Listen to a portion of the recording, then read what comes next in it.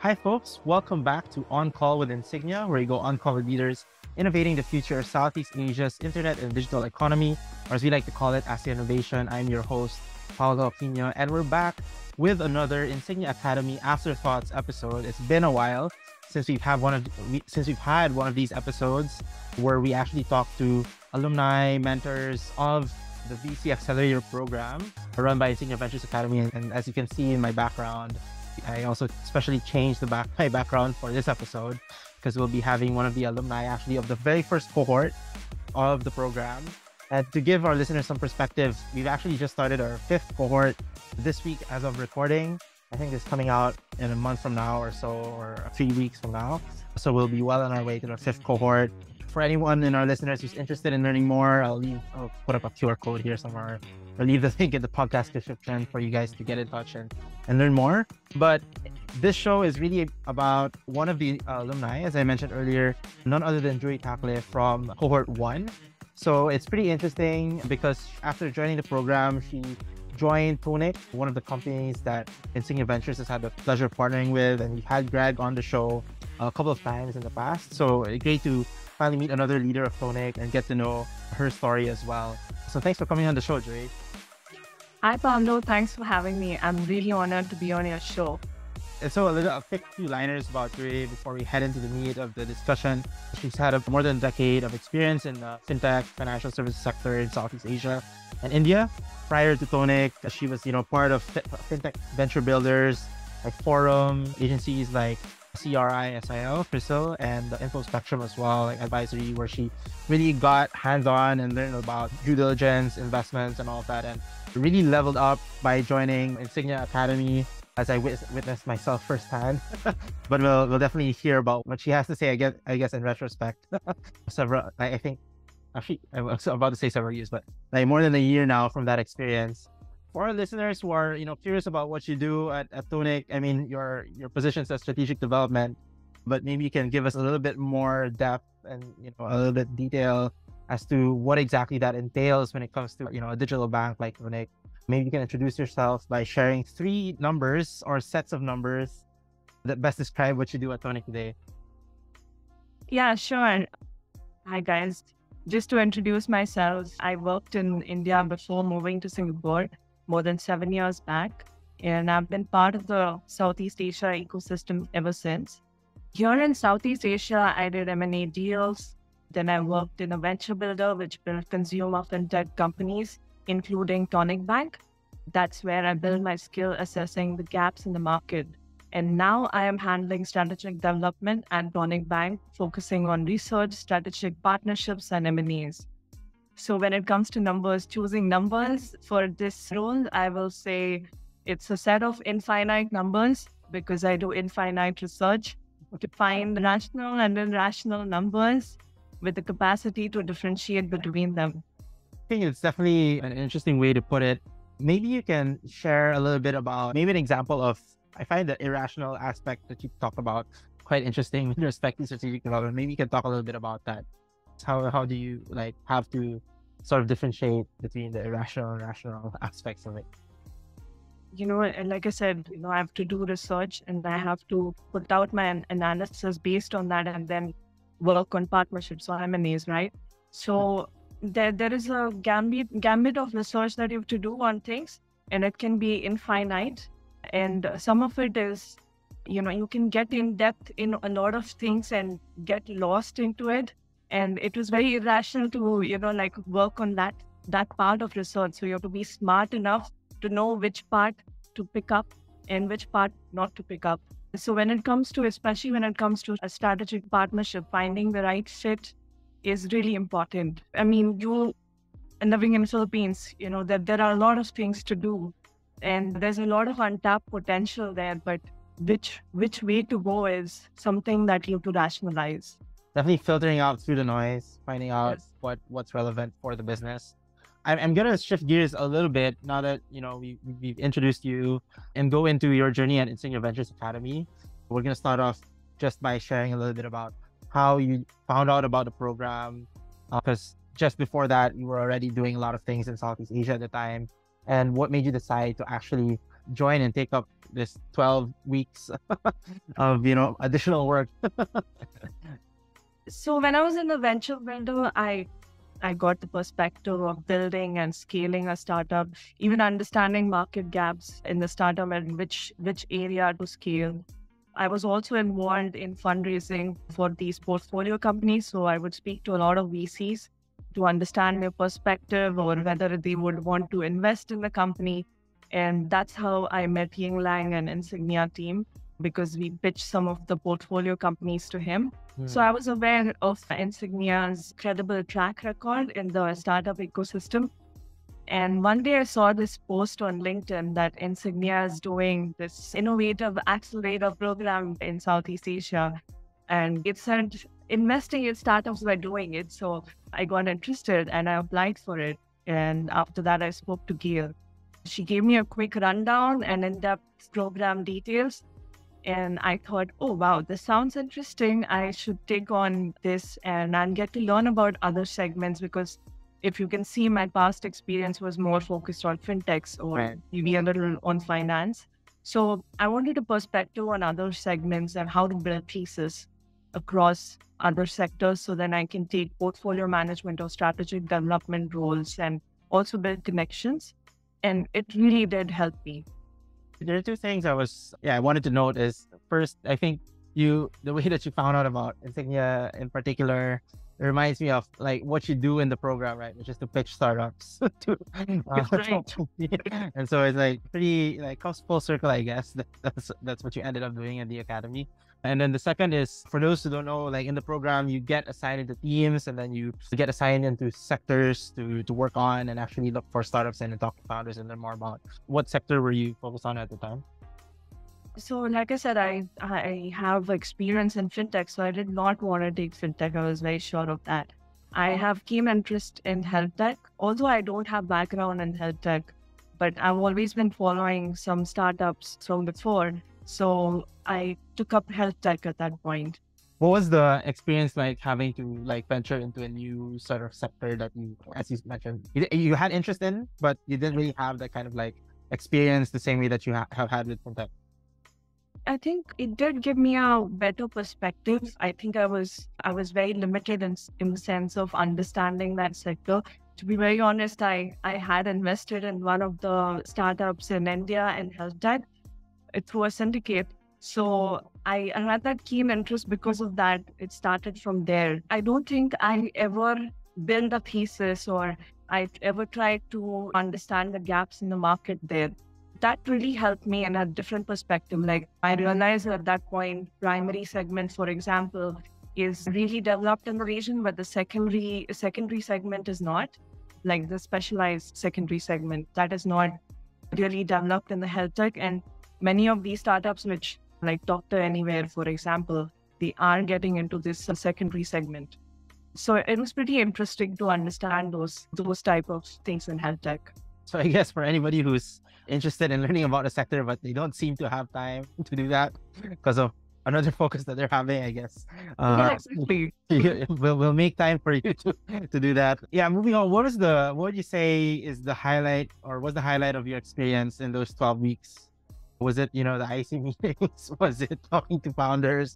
Was it just meeting with your teammates? Which part of it? I think all of it. I would actually start with meeting entrepreneurs, because I was always surrounded by entrepreneurs. Even when I was working in India, I had to speak to them. So it's very exciting to talk to them. So it's starting from there. It was really exciting to talk to different entrepreneurs. You don't get to do it in your daily life otherwise if you're not in the VC, right? The other thing is connecting with people in the ecosystem through this cohort, right? And in my cohort and across other cohorts, I met amazing people and with great minds who I could reach out to at any given point. And not just the cohort people, but even Insignia team and Ying Lang, I could reach out to them at any given point. So thanks to you guys, it's so super active. So I'm able to do that. But this aside, I think even the IC was an eye-opener of what happens, because as a venture builder, I was on the other side of the table and I actually had bird's eye view there, not a complete picture of what happens. So it was an eye-opener of what happens during the IC meetings.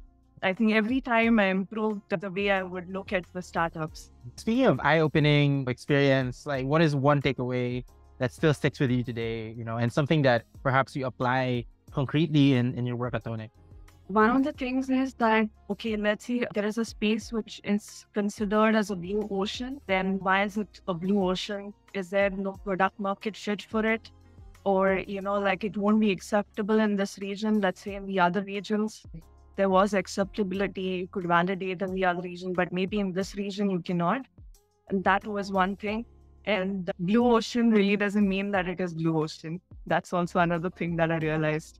I think that's a pretty interesting insight, not to take blue oceans for granted and really understand what are the drivers and what are the limitations and all of that. And before I move on, and since, we sort of trying to tie things together back to your work at Tonik, but before I get into that, I wanted for you to actually share some advice you might have. As I mentioned earlier, we're starting cohort 5, and by the time this comes out, it will just be in the early stages for the cohort, and we'll be already, I guess, starting to accept applications for the, future cohorts as well. So what advice would you give for, the current and incoming venture fellows of the academy? So I would say if you're an aspiring founder or you're a founder, then this will help you build connections and understand the perspective of a VC. So of course, it will help you in understanding and doing fundraising. And if you aspire to be in a VC, or you are an angel investor, or you want to be in a strategic development role like me, it will help you understand how to assess the market gaps. It surely helped me. So I think it will help the fellow IBA guys who are joining, who are yet to join. It will definitely help them. And it's not just till there, till understanding the market gap, but it's also doing deep due diligence and also building a network. I believe in this ecosystem. That's a very important thing to have. And I like that you actually covered a lot of the different bases and sort of the different demographics that we typically have in the cohort. And there's certainly something for everybody, and even yourself coming from sort of the venture building background also.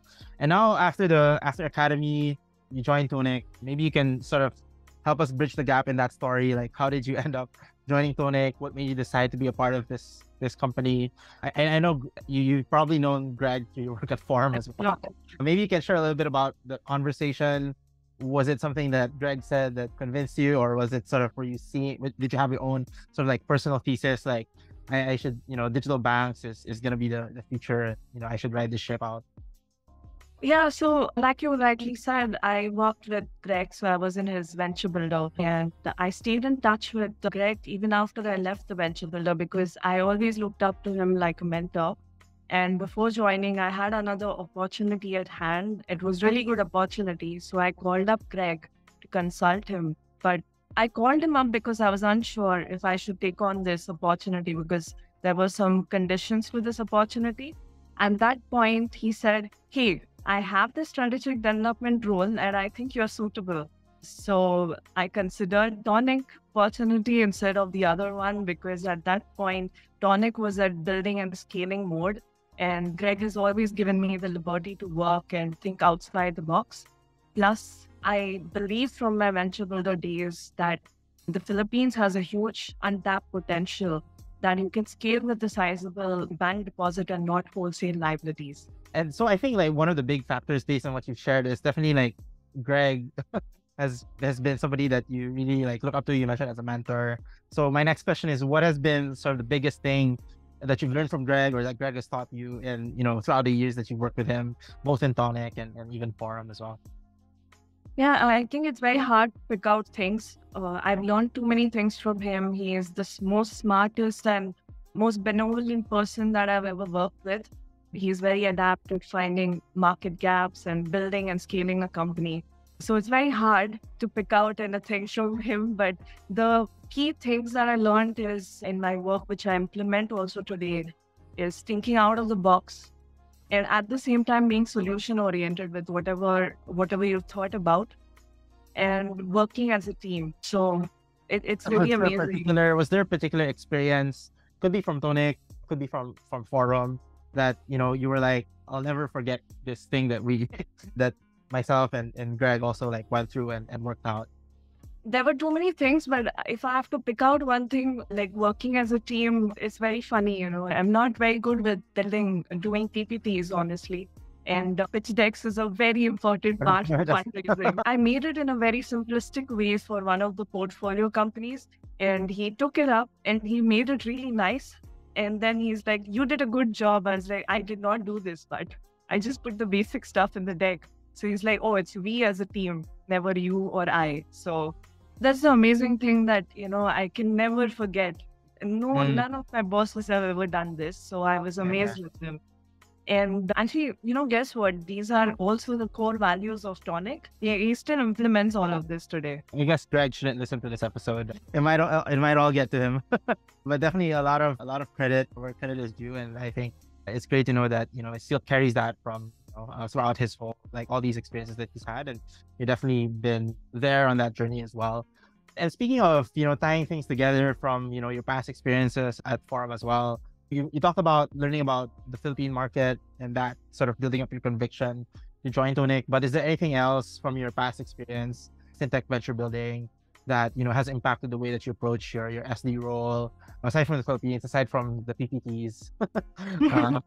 Anything else that maybe something in terms of like how to help build these companies from the ground up? So in the venture builder, we had 5 portfolio companies in consumer fintech. One of them was Asia Credit, which was into consumer lending in the Philippines.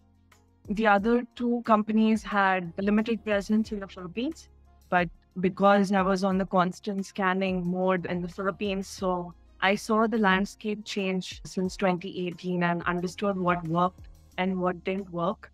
And every day was a learning curve since then, and we're still learning from our mistakes. If I have to give an example of Asia Credit, what we understood is that doing longer tenure loans is the play. But if you have to do longer tenure, you need capital to deploy. Right. And unless you have access to cheap capital, then you have to use equity, which lowers your ROE. So this is what happened with Asia Credit. So now we can obviously leverage on this experience and understand how to grow the loan book. That's something that's helped me even today in my role. And that really is sort of also explains the way that Tonik operates as well. Yes. Yeah, sort of as an evolution of what you guys learned at Asia Credit.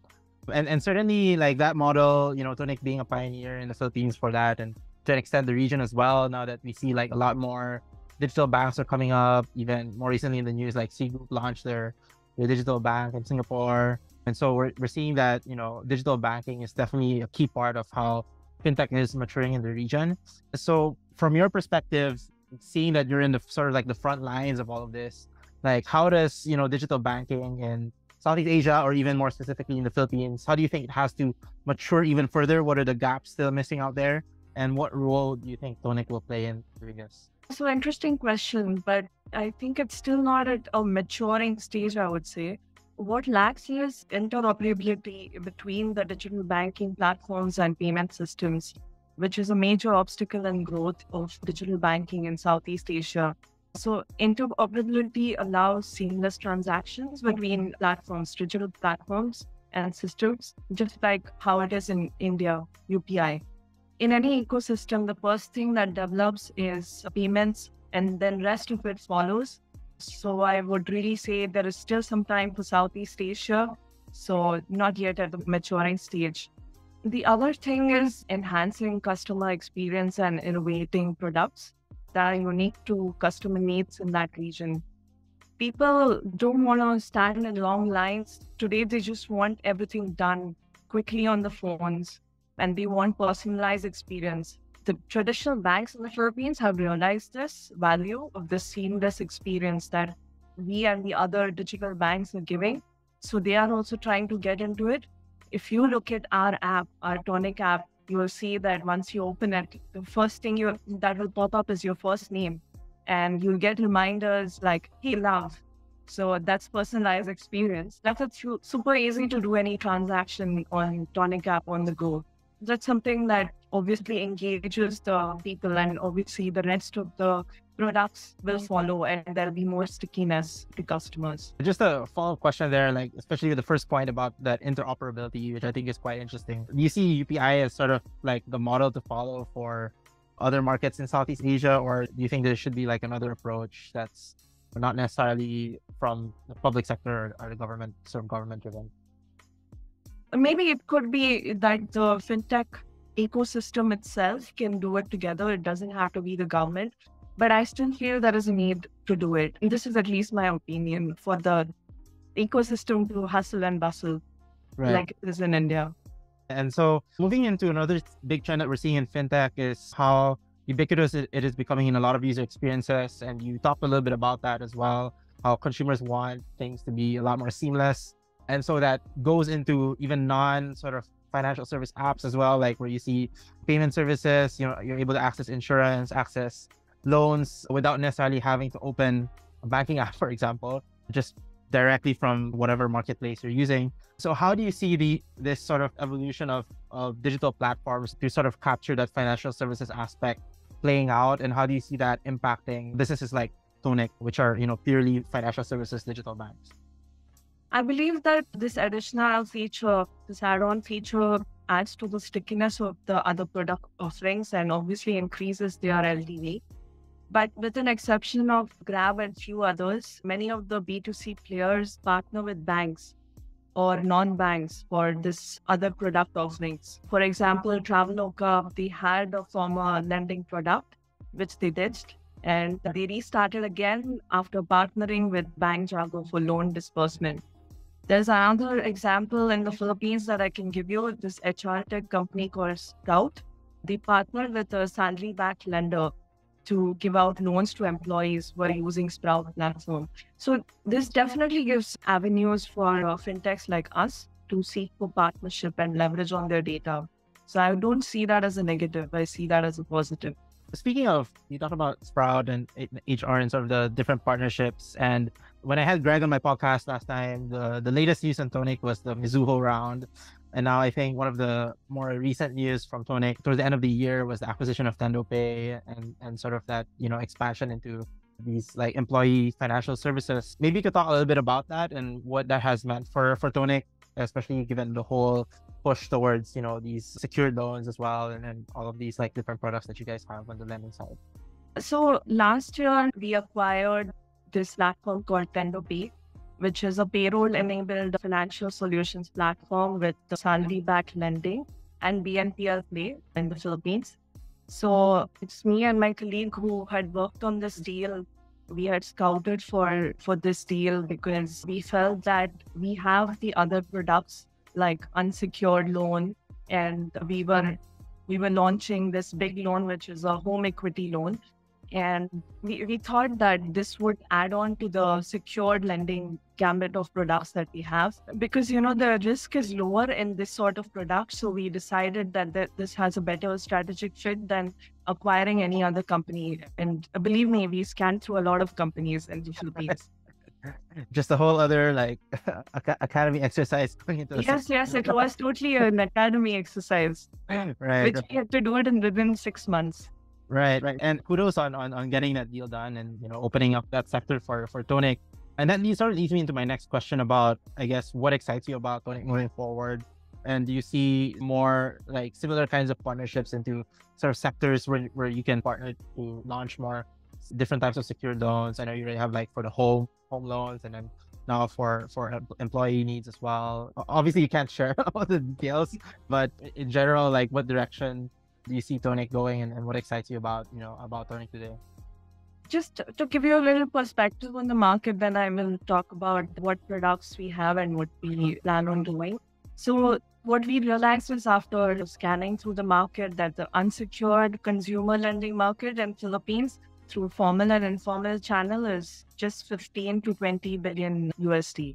And it has a potential to grow 3-4 folds because Philippines unsecured consumer loans to GDP is very low. It's lowest in the region. And there are very few players who have captured the market, and especially in consumer lending. So I think there is a chance for us to grow it. Philippines is at an inflection point. So we already have 4 unsecured lending products. And one of them is unit profitable, and we are in the scaling mode for it. So we are seeking partnerships for that one. And we have 2 secured loans. One is those salary-backed loan, and the other one is home equity loan. So I think we are good with the number of products that we have. We also have a payment product. So I don't think we want to increase the number of products, but we will now this year only scale. We have a backup of 150 million in deposit. So I think we are placed very well in terms of resources and in terms of the loan book that we can scale. The way that you explain it, it seems like you come up with a product and then you sort of come in to actually work out all these like partnerships to actually scale its adoption. Is that correct to say? Yeah, that's correct. Right now my job is to search for partnerships. So this year has been only about that. And so I guess more work for you this year, since you mentioned like the whole focus is scaling. Since you joined the company in around last year, April, right? And the market has gone through turbulence, and I guess even today it still seems to be going through some turbulence. So how have you seen that affecting has that affected your work at all in terms of like approaching various partners and working out these deals? Or is it actually sort of the opposite story in the digital banking space in the Philippines, where it's very much, on the rise? Which side do you see it? No, I think it's definitely increased my work for sure. If I have to talk about last year was so-called fundraising winter for startups in Southeast Asia. So there was a lot of consolidations. And what I saw was there were a lot of M&A deals that were completed, highest from 2014. So Tonik was well positioned in terms of resources. So we could take advantage and acquire tender pay instead of organically launching in the market. But for this year, the story is a little bit different. We already have acquired a loan, and I think we already have a lot of loan products. So for this year, we can see that, okay, there was SVB fallout, which probably may not affect Southeast Asia fundraising in a very big way, but there will be capital constraints as VCs will be cautious about funding the operations of the companies. So we have also seen since last year or last to last year, we've seen the loan books of other competitors depleting, even because of SEC caps, it's started to deplete. So one of the things that we saw was that, this gives us opportunity to make good strategic deals, have good strategic deal terms with other people. So it's a nice time to be when you have the resources. That actually leads me into the next corner of the show, which is the MinuteMasterclass. And you talked about, trying to sift through, find out the right terms for deals and find the right partners. And that ties in also to your first answer about, seeing between sort of the rational, irrational, and trying to find what's the best fit for Tonik. So if you were to give a class on strategic development, but more specifically, actually filtering through potential M&A opportunities or deal opportunities for a fintech like Tonik, like what would be the one key takeaway you would want, the fintech founders or operators in this class to take away or to bring home?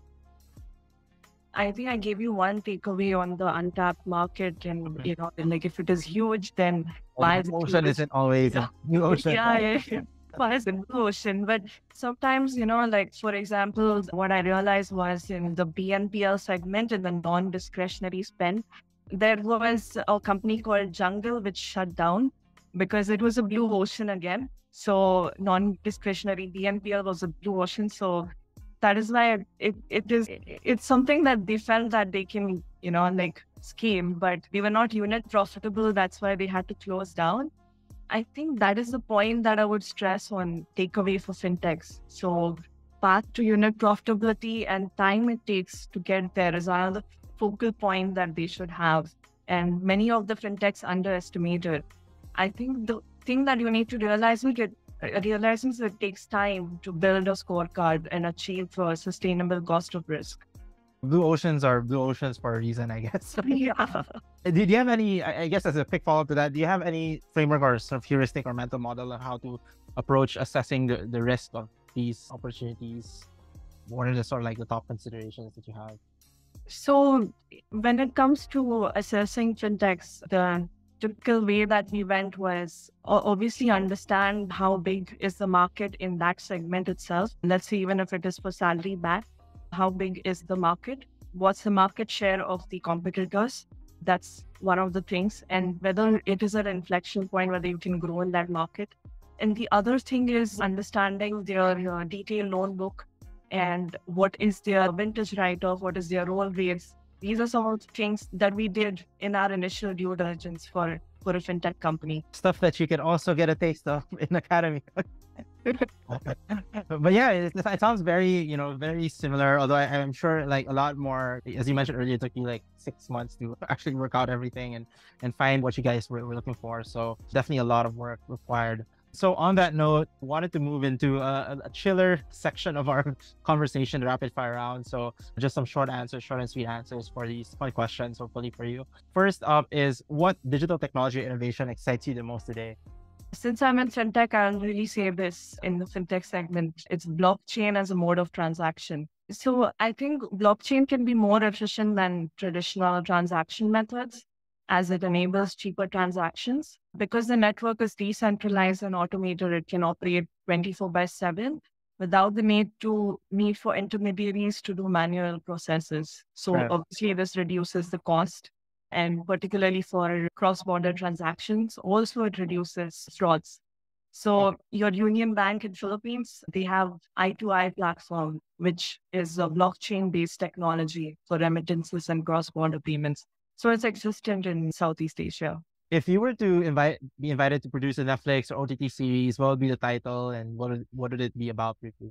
Yeah, although this is an old series, I will still produce Silicon Valley because hands down, it's my favorite series. If you are in a VC or a startup world, you can relate to each and every character in that series. It's super hilarious.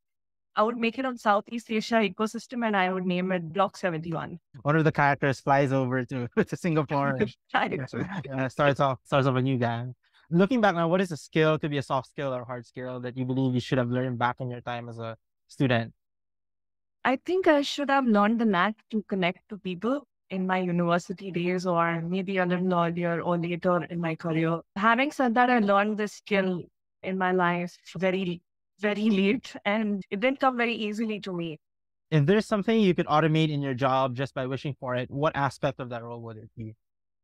I think I'll be repeating myself, but I wish I could automate preparing PowerPoint presentations on my finding and analysis. That would be great. Right. And I don't think that's really like, because some of our guests have given really like seemingly like magical things like teleportation, but you're answering something that could actually, with where ChatGPT is these days, I think very feasible in the near future.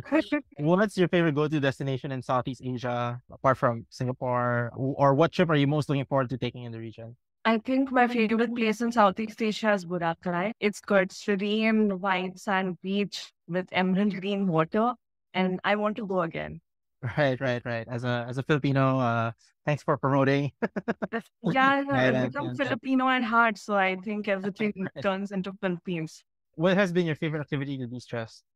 Okay, I'm a big foodie, so I like to explore good food or explore different cuisines. That really de-stresses me out. Since, you said you're Filipino at heart, like any particular dish that really helps you to de-stress? I like eating pork, so I think the pork barbecue is something that I like there. Anything that you've read or taken up recently that you'd like to recommend to our listeners? Yeah, so in recent times, I read a very interesting book called The Power Law. I hope you've read that one. So I would recommend to anyone who wants to enter into VC or the startup ecosystem.